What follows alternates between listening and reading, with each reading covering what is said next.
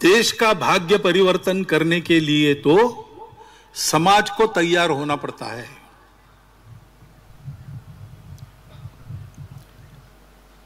The darkest hour ऐसी एक film है, चलती है चैनल पर। दूसरे महायुद्ध में इंग्लैंड तबाह हो रहा था, पास में लड़ने का बल नहीं था, एयरफोर्स नहीं था उस समय उसके पास, नेवी सारी खत्म हो गई,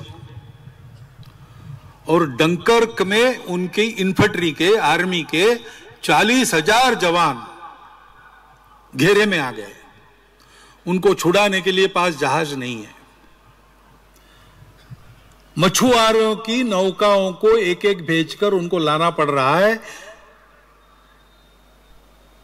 वहां वो बचेंगे नहीं तो सीधा जर्मनी आक्रमण करेगा इंग्लैंड की भूमि पर। ऊपर से बमबारी हो रही है। ऐसी अवस्था में वहां के मंत्रिमंडल के लोगों ने विचार किया कि संधि की वार्ता करेंगे मुसोलिनी के द्वारा हिटलर से, और मध्यस्थ बनने के लिए मुसोलिनी तैयार है, करना चाहिए। प्रधानमंत्री चर्चिल थे, उनको ये बात बिल्कुल पसंद तो नहीं थी, लेकिन चारों ओर से घिर गए, वो भी इस मनस्थिति में आ गए। लेकिन ऐसे समय उस फिल्म में ऐसा बताया है कि इंग्लैंड के राजा, क्योंकि मंत्रिमंडल ने उनको कहा कि आपको सुरक्षित रखना है इसलिए आप कनाडा जाइए, इंग्लैंड सुरक्षित नहीं है, तो चर्चिल के घर आए और पूछा कि बात क्यों चल रही।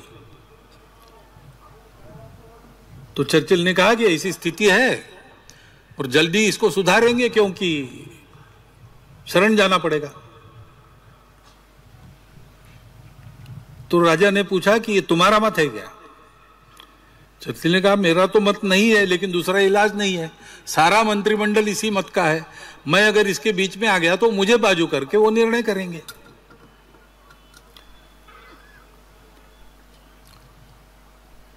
तो राजा उनको पूछता है कि तुमको चुन के किसने दिया? मंत्रिमंडल ने चुन के दिया? बोले नहीं, जनता ने चुन के दिया। तो जनता क्या सोचती है जरा देखा। तो चर्चिल मेट्रो में जाता है, लोग आश्चर्यचकित होते हैं प्रधानमंत्री मेट्रो में देखकर। वो पूछता है लोगों को, और लोग कहते बिल्कुल नहीं,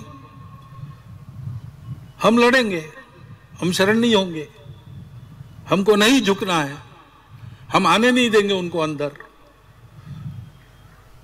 उनका सामर्थ्य नहीं है, लेकिन उनका हृदय ये है। वो बोलने के बाद फिर चर्चिल ने निश्चय किया कि नहीं झुकना, और एक सुप्रसिद्ध भाषण उसका संसद में जो था, हम आकाश में लड़ेंगे, भूमि पर लड़ेंगे, समुद्र में लड़ेंगे, वो किया। इंग्लैंड लड़ा किसके बल पर? सेना का बल तो था नहीं, नेता लोग मन हार चुके थे, लेकिन समाज सोचता था कि ऐसा नहीं होना चाहिए, हम नहीं झुकेंगे। उस बल पर इंग्लैंड कायम रहा लड़ाई में और अंततोगत्वा जीत गया। यह समाज की शक्ति का सामर्थ्य होता है।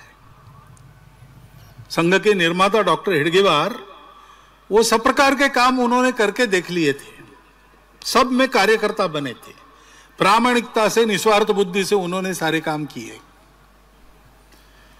उन कामों को चलाने वाले जो लोग थे उनके साथ उनकी चर्चाएं हुई। उनकी चर्चा सुभाष बाबू के साथ हुई, उनकी चर्चा गांधी जी के साथ हुई, लोकमान्य तिलक जी के साथ हुई, सावरकर जी, डॉक्टर अंबेडकर साहब, मदन मोहन मालवीय, सबसे उनके संपर्क आए थे। भगत सिंह, राजगुरु, इनके साथ भी आए थे। इनके साथ चर्चा और प्रत्यक्ष कार्य के अनुभव से उनके ध्यान में आया कि सब लोग ऐसा सोचते हैं कि जो विषय हमने हाथ में लिया है, किसी ने देश की स्वतंत्रता हाथ में ली है, किसी ने अस्पृश्यता को निकालने का बात हाथ में लिया है, किसी ने समाज के और सुधारों को सोचा, ये सब तो हम पूरे कर लेंगे, परंतु बार बार ये समस्याएं नहीं आएंगी, इसकी गारंटी क्या है? क्योंकि इतिहास को देखते हैं तो सिकंदर के समय से जो आक्रमण शुरू हुए वो ब्रिटिश राज तक आक्रमण ही होते रहे सदा। मुट्ठी भर बर्बर लोग बाहर से आते हैं, हमसे गुणों में श्रेष्ठ नहीं है, संपत्ति नहीं है उनके पास, हमारा शौर्य पराक्रम उनसे कई गुना ज्यादा है, लेकिन देखते देखते वो हमको गुलाम बनाते हैं। बार बार ऐसा होता है, एक बार होने से हम सीखते कुछ नहीं, आपस में गद्दारी का काम वही वैसा ही चलता है। और इसलिए इस समाज की स्थिति को सुधारना आवश्यक है। वो नहीं करेंगे तो हमारे काम पूर्ण नहीं होंगे, फुलफिल नहीं होंगे, किसी को ये काम करना पड़ेगा। तो डॉक्टर हेडगेवार ने सोचा कि बड़े बड़े जो विषय है उसमें सब बड़े बड़े लोग लगे हैं, उसमें और किसी व्यक्ति की आवश्यकता नहीं है, समाज उनको समर्थन दे रहा है। तो ये जो सबके कामों को पूर्ण करने वाला काम है वो करने का प्रयास मैं करता हूं। इसलिए उन्होंने चिंतन किया, तब उनके ध्यान में आया कि भारत की इतनी विविधता में भारत प्राचीन समय से एक देश रहा है, ये कोई अंग्रेजों ने बनाया हुआ देश नहीं है। हिंद स्वराज में महात्मा गांधी लिखते हैं, प्रश्नोत्तर के रूप में वो ग्रंथ है, युवा पूछता है वृद्ध उत्तर देता है। तो युवा पूछता है कि भारत को एक कैसा करेंगे, तो वृद्ध उत्तर देता है कि भारत एक नहीं है, ये भी तुमको अंग्रेजों ने पढ़ाया है। अंग्रेजों के आने के बहुत पहले से भारत एक देश है, क्योंकि भाषा, प्रांत, जाति आदि आदि विविधताएं हमारे यहां बहुत पुरातन समय से है, परंतु ये सब होने के बाद भी संस्कृति सबकी एक चिरंतन, खून रगों में हिंदू है। हमको हिंदू उस संस्कृति के कारण कहा जाता है, वो हमारी पहचान है, वो किसी एक विशिष्ट पंथ संप्रदाय ऐसा नाम नहीं है, किसी विशिष्ट भाषा का नाम नहीं है। भारतवर्ष में रहने वाले सभी भारतीय संप्रदायों के लोग, भारतवर्ष में सभी भारतीय भाषाएं बोलने वाले लोग, भारतवर्ष के समाज की जितनी व्यवस्था है उसके अंदर आने वाले लोग सब एक बात को मानते हैं, सब में एक तत्व है, उसी से विविधता बनी है।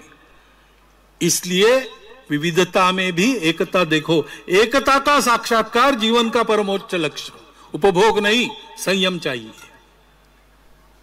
सुख बाहर नहीं मिलता, अंदर का सुख उसको प्राप्त करो। समान मान्यता भारतवर्ष के अंदर है, उसके कारण भारतवर्ष एक है।